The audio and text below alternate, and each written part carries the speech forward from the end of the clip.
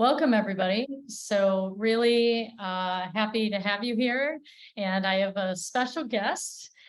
This is Rosie Ward.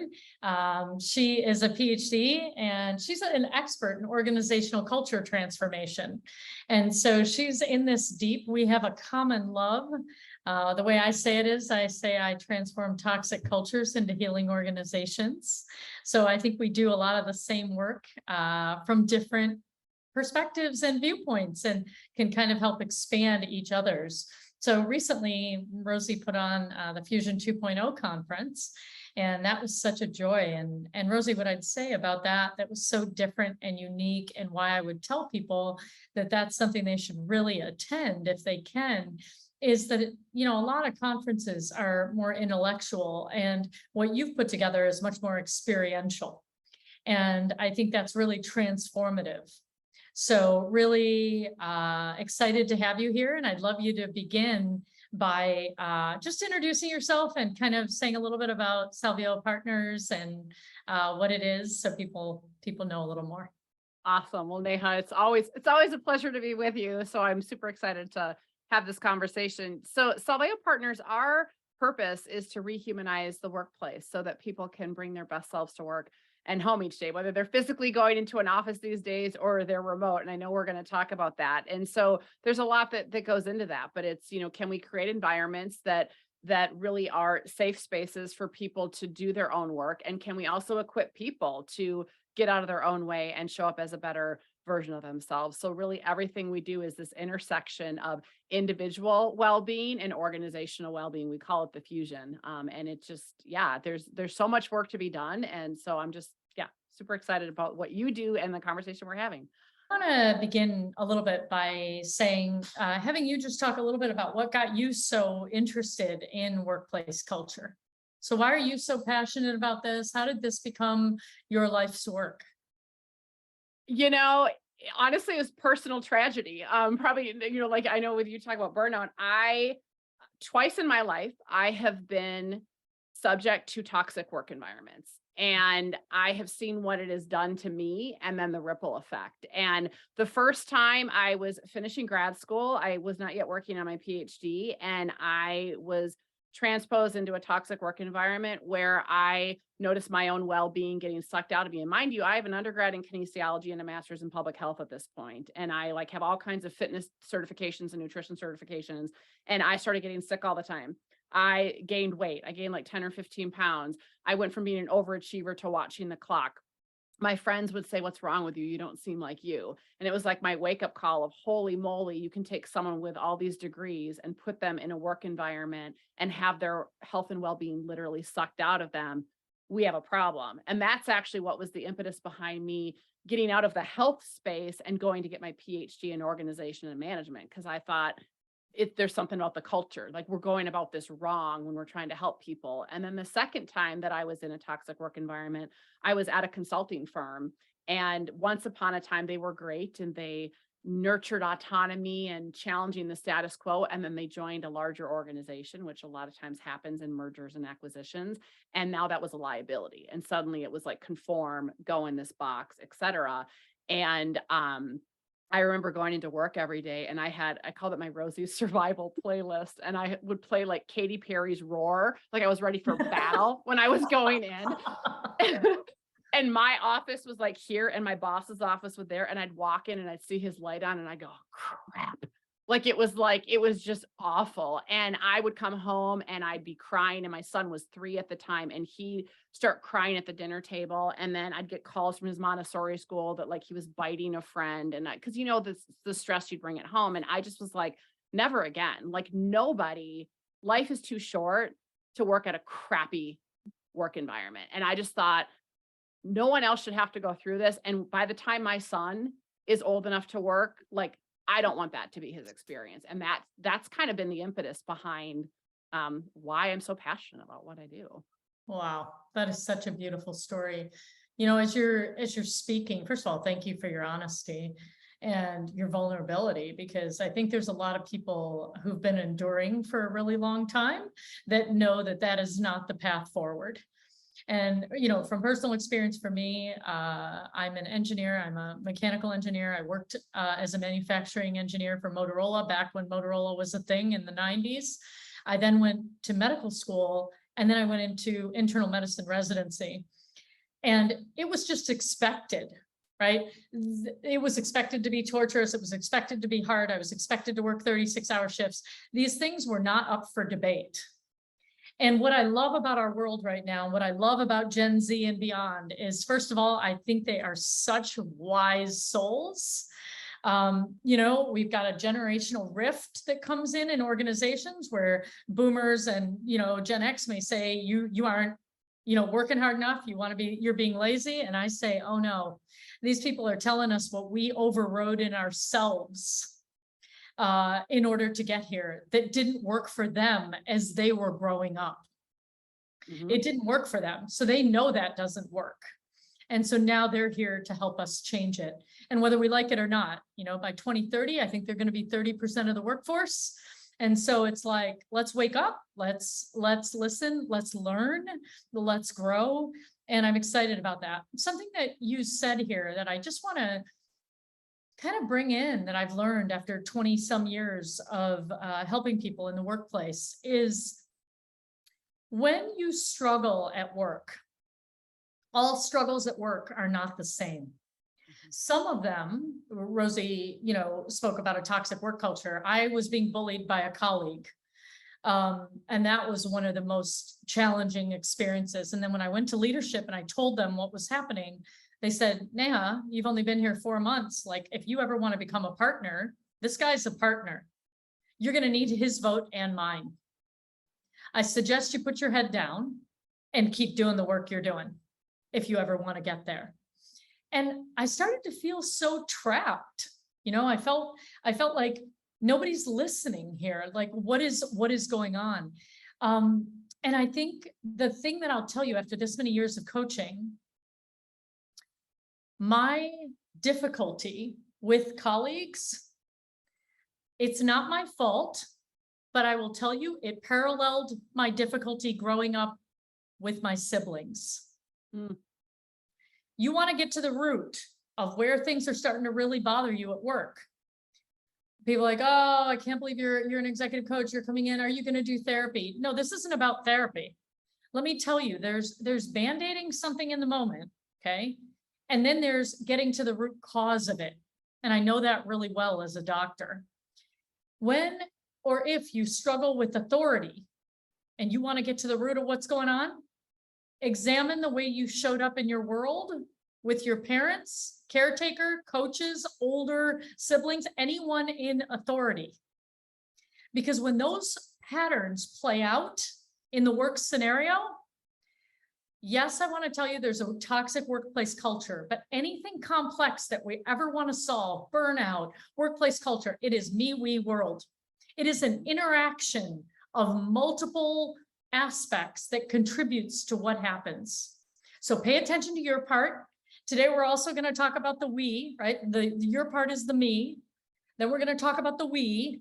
And then, you know, there's the world events, there's COVID, there's all the things that happen, right, in the world. So you want to expand your perspective. You want to get out of the me now and into the me, we world now, short-term, long-term.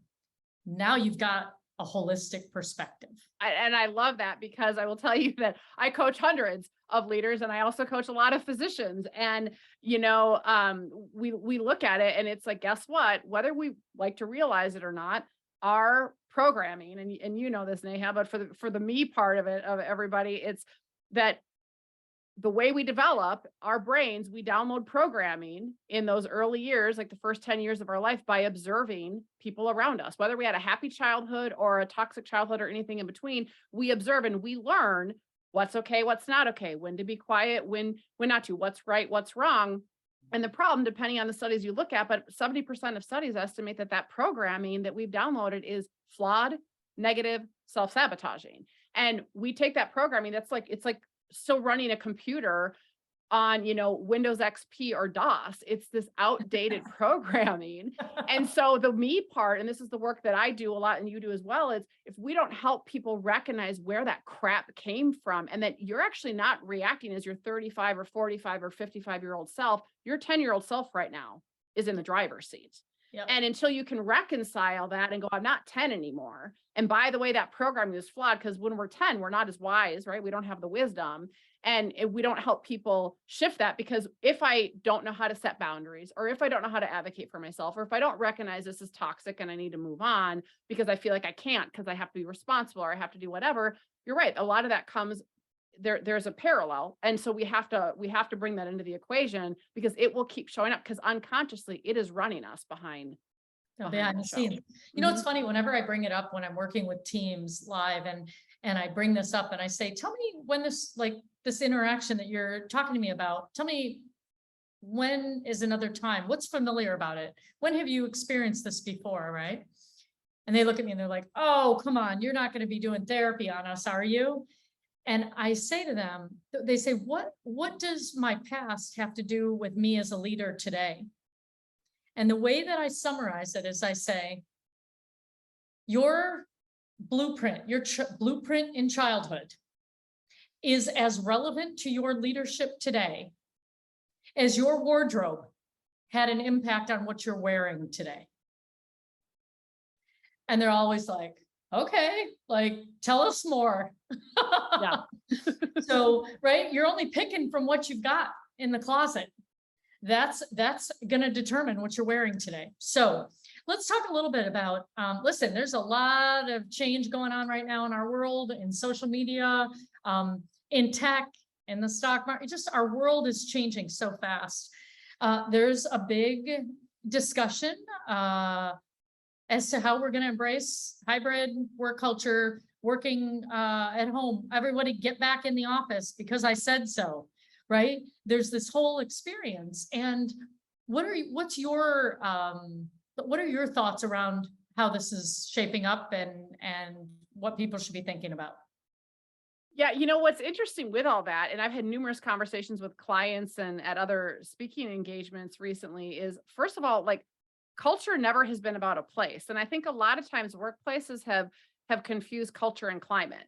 So culture is the underlying mindset. It's at its core, what's the values, attitudes, and perceptions that guides behavior. And that exists in a virtual work environment, and that exists in a physical work environment. And there's multiple subcultures, because culture is ultimately team by team. The formal people leader of that team has the largest influence over the culture. And do I experience that I'm trusted and that I'm valued and that I matter and that I can contribute?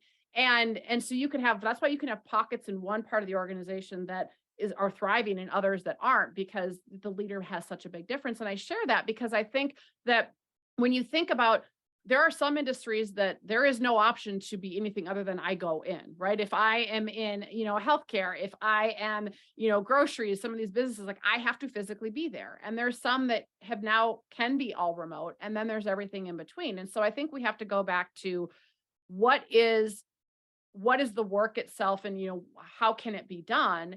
But then I think where a lot of people are struggling in this hybrid or virtual environment is that they didn't realize that culture is not a place. The fact that you come together and you have a foosball or a table or a lunchroom, or you have cubicles next to each other, doesn't make a culture. And so it's really about, are we being intentional, period, about our interactions? And if we want a team to come into a physical location together, whether it's once in a while or on a regular cadence, what's the intent behind it? Is it because we need to have some creative time? Is it because we have some things we have to work out? What is the intent behind it? Not just because we're paying rent in this building or we don't trust that people are doing their work. And if we're in a virtual space, it's going back to, what do people need to feel connected? What do people need to feel that they matter, that their work is whole? And that might be different for each team, but if we're not having those intentional conversations to co-create our work experience, that's where things fall apart. And I think then people look for the Band-Aid of, well, then we got to get everybody back in the office because our team is disconnected. Well, really?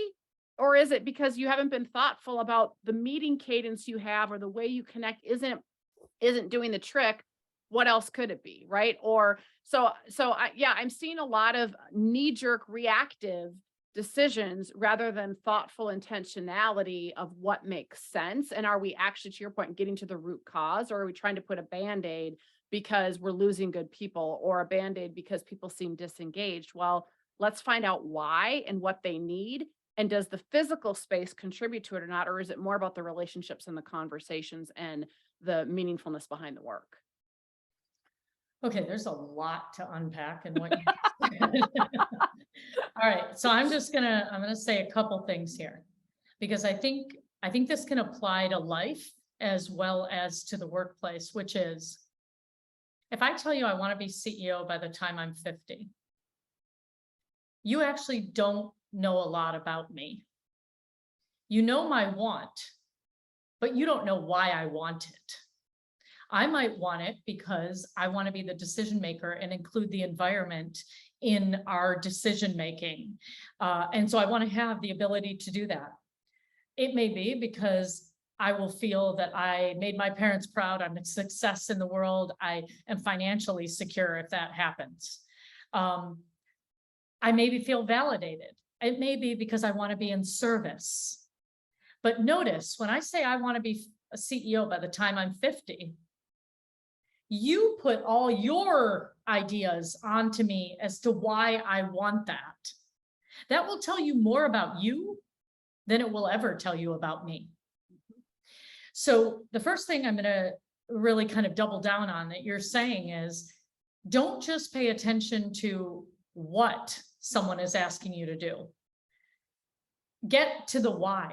So if we come into the workplace every day, without exception, what will that give us? That's how you word it, in a respectful, curious way. Your tone matters. So I'm taking what Rosie's saying, and for any of you out there that are like resonating and like, how would I don't know how I'd ever bring that up. I'm not the one in charge. First of all, I want you to pay attention, because you just went into victimhood, right? So come back into your power, stand in your own power.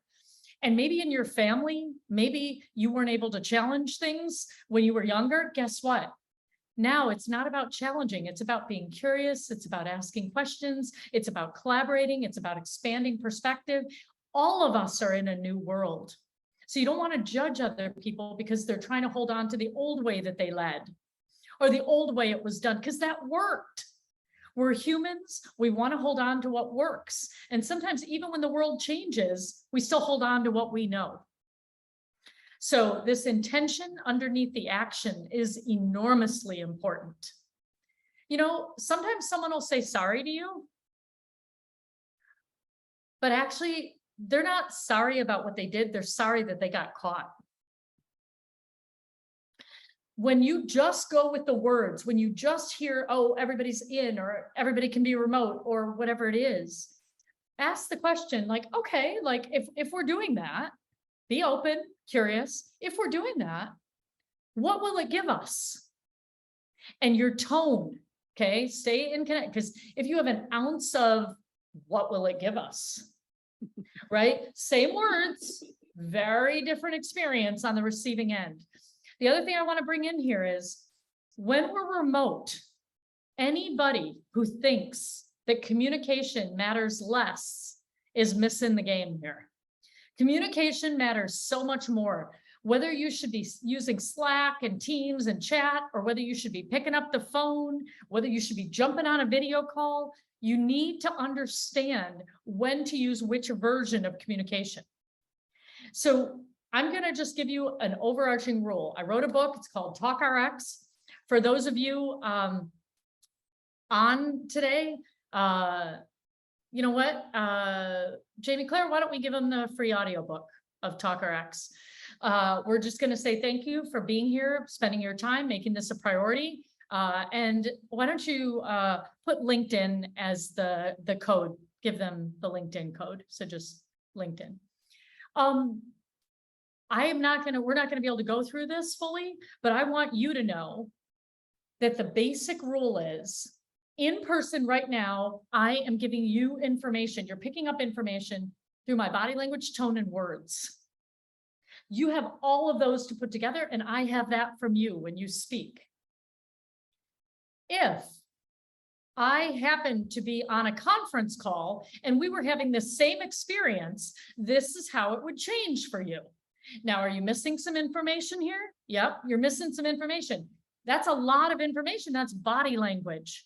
Now, if I was just going to be chatting you, take away my tone, and there's only black and white words on Slack, on Teams, on chat, on text, on email, you don't even have my tone. The importance here is you recognizing that when you have a communication with somebody else that's important, high level of importance, you better use high level of information. When you go to media, so let's say it's like someone's work schedule's changing, their vacation schedule's changing, they're not getting a bonus, they are getting a bonus, whatever it is, that's high to you or them. Use in person, on video, okay? Now, let's say it's a little more medium, like, hey, we are gonna do the meeting tomorrow, but it's gonna be, a certain, maybe it's gonna be in a different room than before. So important, but like not urgent, but like, hey, we're doing it, but it's in conference room D, not C. Use a medium level of importance and ask for, did you get this? To make sure they got it. Let's say it's, hey, I'll be there at noon. Just like I said I was, I'm on my way, I'll be there. Low level of importance, shoot off a text. Anytime you're in chat, Slack, any of these things, and it's an important exchange, what you're saying is the receiver of the message can interpret your tone. You don't even need it because you don't need to give them the tone because you're so sure that they're going to understand the tone that you're giving. So that's what came up for me when when you just spoke, Rosie. So let's talk a little bit about boundaries. Yes. Let's talk boundaries here. So tell me about how do boundaries contribute to a culture? Oh my gosh, they are critical. I've actually had so many conversations with as you were talking about feedback. I literally just did a session this morning. We talked about if it's an important conversation, you need to see body language, right? So, so going back to boundaries, I think that so many of us struggle with boundaries, and whether it's we're not clear about even what we need from a boundary because we haven't really thought about it, whether we think we don't deserve to set a boundary, whether we going back to growing up, whether we grew up with dysfunctional boundaries, or whether we don't know how to communicate and advocate for our boundaries and ask people to respect those boundaries. So there's a whole lot that goes into that. And what I see is, the lines over the last couple of years have been blurred so much because, kids were sent home and then people were sent home, and with, work and life is like there used to be, you leave your house and you go to work and now you come back. Well, maybe you do, maybe you don't. And people are now working longer hours because they don't have that set time to turn stuff off. And with the advances of technology that people are constantly on, are constantly checking their emails, or they do keep chat. If they're in a virtual environment, they keep the chat on all day or Slack on all day and whatnot. And I see people getting frustrated. I see them getting burned out. I see them feeling overwhelmed. I see them getting distracted. Their to-do list, they can't get to stuff. And so I've been having so many conversations about how can we, going back to the me, we world, I think how can we help people get clear about the importance of boundaries, and that, yes, they can advocate for boundaries, and boundaries aren't a selfish thing. Boundaries are actually a very loving and caring thing. Because if I'm not boundaried, I'm resentful and crappy and not a good mom, leader, spouse, etc. And so helping them shape their narrative around boundaries for themselves. And then, okay, then how do we as a team, as an organization, get curious about honor and respect people's boundaries? That not everything can be both urgent and important, that, it's not okay to, send urgent texts or to be pinging people in the middle of a meeting if you want them to pay attention and listen and be present. Like, how can we create some norms? How can we have some conversations? How can we have some feedback dialogues? Right. And then even broader. And so, so I think boundaries are so critical to have healthy cultural norms and individual behaviors and mindsets where it's a win-win and everybody can thrive. let's talk about that, because what you said, Rosie, was that boundaries are actually not a selfish thing. They're actually how you strengthen relationships, how you get clear yourself and other people know what to expect. Right. And so sometimes what I will tell you, this is another over 20 years plus years of coaching that I've realized. When you draw your boundaries, the relationships in your life that are healthy will move towards honoring those boundaries. And the ones that you have outgrown, the relationships that you have outgrown, will fall away.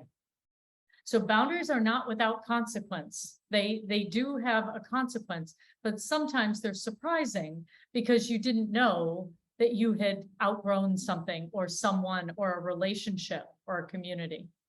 Now, one thing for sure with boundaries is your yes means nothing if you can't say no. So just kind of holding that, noticing if you're someone who always says yes, right? If you're doing that, let's reframe that a little bit, because what if you aren't saying no to someone else? What if I'm not saying no to another shift? I'm saying yes to a good night's sleep. So noticing sometimes saying no to other people is can actually be saying yes to you, and that's okay. Now, if you don't draw your boundaries, don't draw your boundaries, and then all of a sudden you draw a boundary and you're like really harsh about it, this is what it can feel like to other people. Like, whoa, what's wrong with her? Like, what's up with her? Obviously, and then they'll make it about how you drew the boundary rather than the boundary itself. So that's a little flip. It's like when people are kind of like trying to get out of it, they'll make you wrong or bad if you drew it in a certain way. It becomes about how you drew it, not the actual boundary. Here's something really important that I've learned over the years, which is think of boundaries like a really wonderful winter double layer jacket. There's an outer layer, and that's what other people can unzip. They could throw a judgment at you. They can, shame you. They can try to, embarrass you, kind of call you out. That's the outer boundary. Okay. You don't get to determine other people's behavior, what they say and do. But what you have complete control over is the inner zipper and whether you believe them. That's the inner zipper. And what I never knew was when somebody else said something and I got so upset and so hurt and whatever it was that they were saying I was unreasonable or irrational or whatever, I unzipped my inner boundary and I was like, well, just because you're saying it, it must be true. Not true. There are different kinds of boundaries: physical, mental, emotional, spiritual. You need to know yours because everybody's are different based on their origin, family of origin, their upbringing, their culture, their past experiences. I mean, Rosie, you're going to have different boundaries because you've been in those toxic work cultures. You're going to have a different tolerance here than other people will, right? Mm-hmm. So physical boundaries, what are we talking about? Well, the most natural one is your skin. That separates me from you. Your territory, the house, the property, your country, right? Your county, all these that's physical boundaries. Depending on your work style and who you are, will determine whether you're a hugger or a handshaker or a no thank you, right? Physical boundaries. You need to know yours and be respectful of other people's. Mental boundaries is just about what will I think? What am I willing to entertain, contemplate? What topics are off bounds? I won't talk about religion and politics at work. I don't know what it is, but you've got yours, right?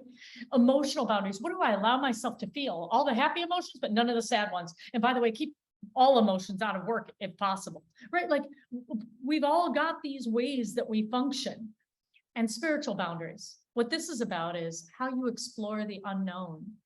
It's what you value. What are your highest values? Where will you take risks and innovate, right? This to me is your spiritual boundaries. Whether you feel appreciated and valued at work and at home. Do you feel connected to a higher purpose? That's these boundaries. So really important, and we're gonna, in just a moment, I'm gonna bring it back to Rosie and let her wrap this up. We're gonna ask any questions of you, if you have them. But depending on your life when you were younger, you may be someone who didn't have boundaries at all. You were like the sponge. Like any room you went into, you absorbed everything that was there. No boundaries, right? I have to tell you, I'm Indian. It's kind of like that. No boundaries. How many people are going to be in the car, Mom? As many as there are here. We're all going to fit. Like it's not about how many people are sleeping over? Whoever wants to be with us. Okay, so like we're makeshifting. So at a very young age, I learned it all comes in. So it's been a journey for me to do it the other way. Now, if you've had trauma, if you've had toxic work environments, if you've had a really difficult boss or coworker, you may have put in place rigid boundaries, so rigid that nothing gets in or out. Now, the problem here is the previous one, the problem was any room I went into, it changed my mood, my experience, who I was, right? This one, you keep a lot of the bad stuff out, but boy, you don't even get love and connection when you're this rigid. And the goal, because Mother Nature always has it right, is your cells, double phospholipid bilayer membrane that makes up every single one of the 37.2 trillion cells in your body, sends out the bad stuff and lets in the good stuff. Right? That's what we aspire for. And so remember that double layer zipper there. All right. So that would be my version of what you just said, Rosie. And so I hope they get it from, I told you guys from the beginning, this is going to be two different angles. I'm a doctor. I'm a coach. I do work in the business world quite a bit. Rosie's been schooled in it. What I'll tell you is, of course, you're going to get like 37.2 trillion cells in your body and fun facts about your biology from me, right? But all of it now is our world. Our world is not separate from work and home. It is our life. And I think we've artificially tried to create boundaries where there are none, and we have not allowed boundaries where there should be some. Yeah, 100%. Well, and I love that, Neha. And what's interesting about that is, I really appreciate when you talked about like from a relationship standpoint, because I've been having a lot of conversations about this with people, that when we start to set boundaries, right, and we look at the people who are with us and honor us and are healthy for us, that there's a healthy expression of boundary setting, right, and there's an unhealthy, right? And when those people who are going to be with us and grow with us are going to honor those, and not that there's not going to be some friction, but they're going to honor those. And yeah, you find, gosh, when you start to set boundaries, and I will say, for me personally, I have been like diligently working on strengthening boundaries over the past year. And there are relationships that I have let go of, both personally and professionally. And what's interesting is that when I got clear about my boundaries, it made it easier to figure out this one is serving me, this one is no longer serving me, and not in like this harsh way, but it was like able to do it without grief and without like regret. It was like, you know what? And then after the fact, when I start looking back, it's like, God, I really was not the best version of me when I was involved in that relationship. Like that relationship did not bring out the best of me. There was stress or angst or whatever it was. And for me to become the version of me that I want to be in this world, I couldn't do that if I didn't have boundaries around some of my relationships. And then, to take this back to the workplace, because some people are like, oh, I can't do that or whatever. One of the things that I would say to start small, and sounds so simple, but I've literally had this conversation probably 20 times in the last week and a half with leaders that I coach and groups I work with. Are you letting your email and your chat and stuff dictate your day? Or are you putting some boundaries and control around it? And so as simple as it sounds, it's like, okay, first half hour of your day, check your email and sort through what you have to tend to, whatever.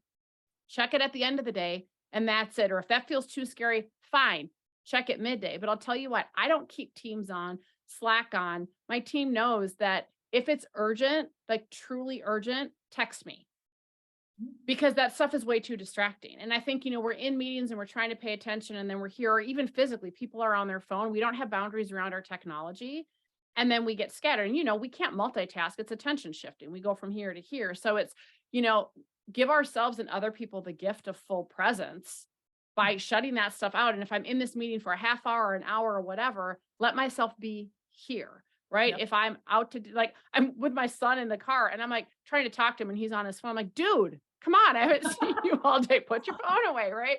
And I'm guilty of it too sometimes, but and I know like you have your levels of listening, like we were doing this, but it's like, seriously, like we're missing that human connection. And if we don't have boundaries around what's okay and what's not okay, like in the car or dinner table, if we don't have boundaries around technology, it bleeds over into all these areas of our life. And it's easier said than done. But when you start small in one area and test it out, my experience is it helps you gain the confidence that then you can do it in other areas. And now like you can communicate to your family or your team, like, here's what I need to show up as the best version for you. Does that work for you? What do you need? How can I support you? And how can I honor your boundaries? And I don't think we have enough of those conversations. We just get irritated because someone's not available, or we get irritated because they're not honoring a boundary that we haven't communicated to them. So I think it's figuring out how we work best and then how do we set each other up for success so that it can be a win-win and both needs can be met. Yeah, I love that. Completely agree. And I think what I would add to that is if you find yourself resentful toward anyone, toward an institution, towards a company, it probably means that you've waited a really long time to draw boundaries and they've been crossed. But here's the kicker. You didn't draw them in the first place. So it's like not telling someone that you've got a boundary and then being really mad as they cross it. And so resentment is pretty toxic. Speaking of toxic workplaces, resentment is the equivalent of me drinking poison and hoping you die. Like, not going to happen. So develop this tool. It's a really important one. I'm going to give you an entire book on it, which is Boundary Boss by Terry Cole. Love it. Excellent book. I'm also going to say, I've got a book on burnout coming out in 2023. It is so good, people. And so Rosie's in my live book club. She's getting the early reading of the whole thing. And burnout is boundaries. So if you find yourself being depleted of energy successively, this tool is a really important one that you should start with. Jamie Claire, any thoughts, any questions?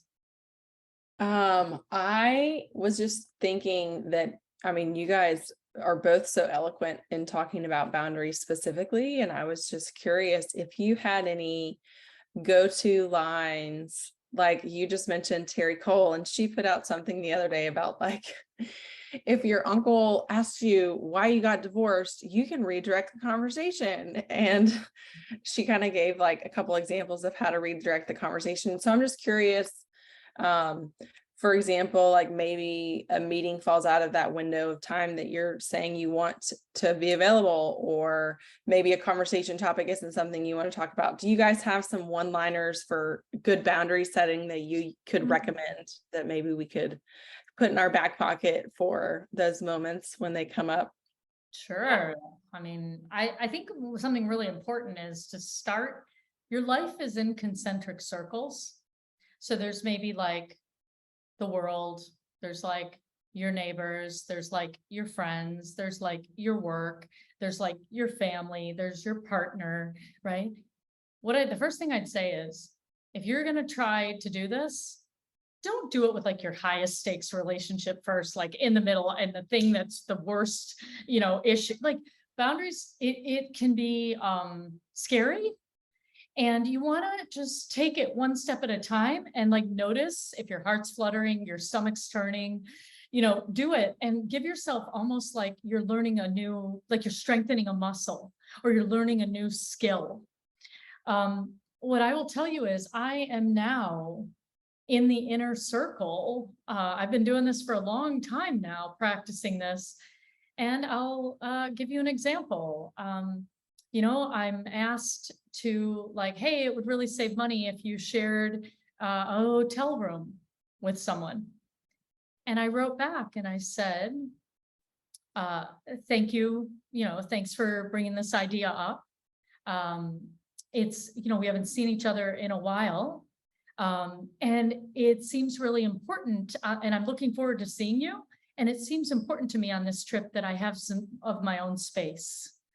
So I'd like some of my space, and I'd love to go to dinner. I'd love to hang out. I'd love to plan activities together. And I also need my own space. And so remember, it's not always saying no to someone else. It might be saying yes to the space I need in order to have this vacation go well. And acknowledge, like, hey, listen, I know it would cut the price in half, and I think it's really important for me to have my own space. So that's one example. Rosie, you want to give one at work? Yeah. So I would say, like, for the meeting one, I think part of it is saying, I really, unless it's a rare exception and it's extremely urgent, I really don't take meetings outside of these hours and these hours, because it's really important to me that I am there for my family. And is there a reason that this has to be, and most people are like, oh, no, that's really cool. They just were like, it seemed like you were open. And so I don't think we communicate that. And I say, like, look, it's super important to me that when my son gets off the bus, or that I have to take him to events. And if I am multitasking and trying to do a conference call, I'm not good for you or whatever. So that's one thing. Or if they're trying to schedule something, I've had people double book stuff on me, and I'm like, I'm not available. Is there something that I can give you via email, but I'm not available? And one of the things that, I learned, and I think Terry might say this in this book, but I've heard it from other people as well, is no is a complete sentence. And I think sometimes we feel like we have to justify or whatever. And I just say, I'm sorry, I'm not available. Is there another time? Or I'm sorry, I'm at capacity. Or when I've had to reschedule meetings, like, I'm sorry, but hard pass. I have something going on right now that I absolutely need to tend to. Please reschedule. And I don't need to give them 5 million reasons why. I think as women, we are also enculturated to apologize for ourselves. It's like, no, and I don't have to be rude about it, but it's like, here we go. So I think, and most people, they're like, oh, good for you. Or, oh, I wish I could do that. I'm like, well, you can do that. Or, or sorry, I'm not going to respond to text messages when I'm at dinner with my family, or I'm not going to respond to text messages at 9:00 at night. And so often people say, oh, good for you. I wish I could do that. I've never had someone come back and flip me off or say, screw you for setting a boundary. Because you don't, to Nea's point, it's not the tree in the middle of the road. It's like, hey, this is how I try to set up my day. Is this really urgent? Is there something else we could do? Because I don't have room. I don't know what you want me to do. I don't have a magic wand. Or they'll say, your schedule's booked. Yep. So what do you need? I can't magically free up time. So that's some of the stuff that I do. I will say the other little tip is, and this is where you have to know what makes you tick.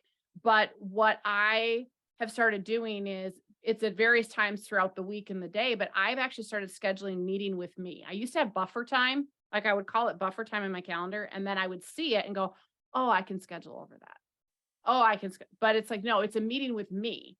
And that way, if I have too many meetings that are back to back for whatever reason, I know I'm going to have some breathing room where I can catch up, think, get my thoughts. And when I don't have that, I notice that I'm not as effective. So back to protecting that. One more thing you said, Jamie Claire, that you could talk about, what if people bring up topics? I just have a hard pass. I have people in my family that I love dearly, and we do not see eye to eye on the same page, and it can become hot and heated around politics. So there's a hard, we don't talk about politics when we're together. I love you. We're never going to agree. Just nope, hard pass. Not a topic that's going to come up. Thanksgiving's come up. Nope. Not going to talk about it. Can I just say something about what both of you are doing? And one of the things that I'm noticing about what you're saying, Rosie, is it's about standing in your power, and it's about giving yourself full permission. And leaders take full permission to stand in our power, right? So that we can actually, and everybody's a leader, in my opinion. So you don't have to have it in your title to be one. The other piece that Neha, that you modeled so beautifully, is the ability to find the value in what someone is saying or offering or extending, and then steering it where you need it to go. Again, standing in your power, but when you can find the value in what someone has said, it's a way of not shutting them down. Right. And this is a yes and thing. I'll bring this into trainings and use this as a tool in a game. But the job is to, when you can go find the value, especially when you disagree, you can actually create alignment in that. You don't have to agree on the issue, but it's about, how do I find alignment with you on something that's deeper than maybe the issue at hand. And you just did that in the way you described it, Neha, and that again, that's who you are. And Rosie, clearly powerful, solid, you have a commanding presence, which is really beautiful and powerful and impactful. And knowing what's okay and what's not okay, and that no means no, and that no is okay. Yeah. Yeah. I think I was such a people pleaser growing up, that was hard for me. What I will say is, I've been told that I do verbal aikido. That my job, I find, is like, if something's coming at me, that I protect me from it and I protect you. Yep. And so if there's a way that I can do that. So let's say someone was asking me to discuss or give me feedback about something and I'm busy right now. The way that I would do that is I would say, if they come in and they just start talking, and let's say I'm in the middle of whatever I'm doing, I would say, or they call or whatever it is, I would just say, listen, I would like to be present for you. And I want to make sure that I am, able to be fully present for what you want to talk to me about. Right now is not a good time, but tomorrow at 4 would work, or next week would work. And so I try to think of it from their, how would this benefit them if I were to say that I need to do this a little bit later? Well, it would benefit them if they want my full attention, if they need me to be present and listen. So, just think about it from the me, we world is what I would say. Make sure that you know yourself, you know what you need, you care about them and their experience. And, in the end, if there isn't common ground, right, what Rosie was really saying is, unfortunately, I have very similar situations, and I'm sure all of us in our families have similar situations, things we don't agree on. And in that experience, I want you to know, when you set a boundary, somebody else, especially family, won't likely get it the first time you set it. It's true. So when you set it again, don't be annoyed. Just think to yourself, like, oh, they're building a new muscle. I got to remind them. That I said, I say, like, hey, please don't send me any of that politics on my phone. And then I'll be good for about a month, and then it'll start coming in again. I'm like, hey, I don't think you remember. Not on this line. You got the wrong chat. Right. And so I think the goal in the end, and this is where I'm just starting to get to, is to draw my boundaries with love, clarity, and connection. That's my intention. My intention is, if I don't draw this boundary, I won't stay connected to you. I need to be clear about what I need, right? And can I love you as I do it? So, all right, guys. Well, amazing. Thank you so much. Thank you for being here. Thank you for your precious time. Thank you for your input. Awesome. Thank you, everybody. We appreciate you. Thank you so much. This is great. All right. Bye. Take care. See you. Bye-bye.